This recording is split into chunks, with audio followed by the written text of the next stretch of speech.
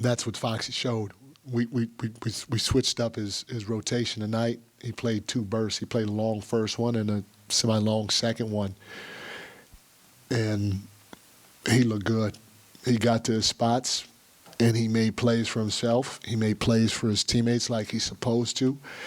And that's a step in the right direction in terms of figuring out how to be great, but not just a great individual player, a great winning player that can take your team to heights that it's not used to. How did you feel beating the team that not only did you coach there for a while, but the guys that you coached for so many years? How did you feel about beating them and ending their season? I didn't care who we played. It was about getting a win.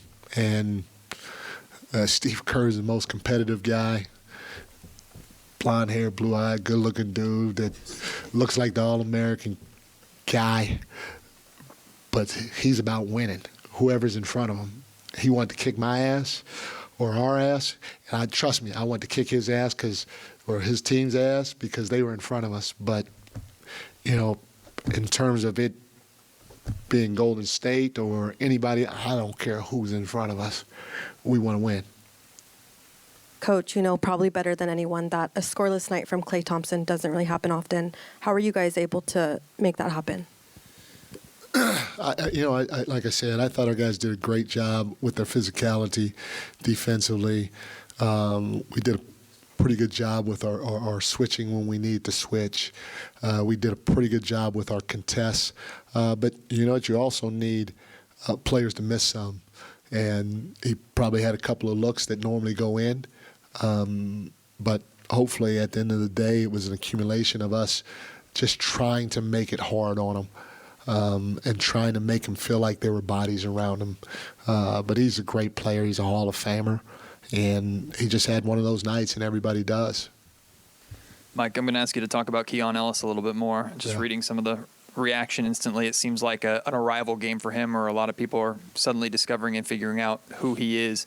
It's kind of a two-parter. The first part is talking about his journey and the moment for him and celebrating him in this game, but also his story and how a two-way player can turn into someone who has big minutes on a big stage like this.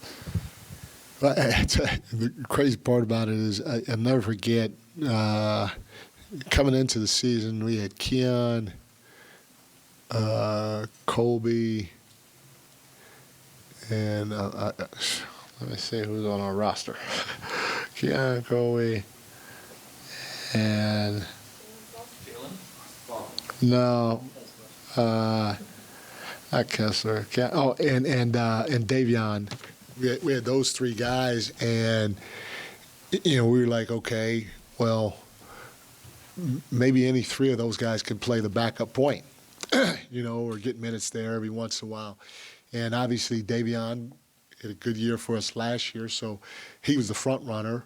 And for me, I was like, okay, Kobe's number 2 and Keon's number 3. He's a two-way guy, and it'd be great for him to get a little bit more experience in the G League.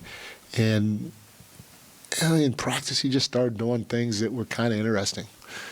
And then I tell you what, the 2 games that we got blown out in Houston, just throwing him out there and seeing how he impacted the game and how he navigates screens.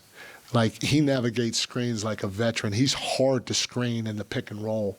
Davion is because he presses up and he's fast and he's strong. He's like a pit bull, Keon because he's just so slinky, if that's a word. He just moves. It's like what's the movie with the dude, like there's a Matrix, like the Matrix. It's like ooh. And he gets over screens, and he doesn't get screened, and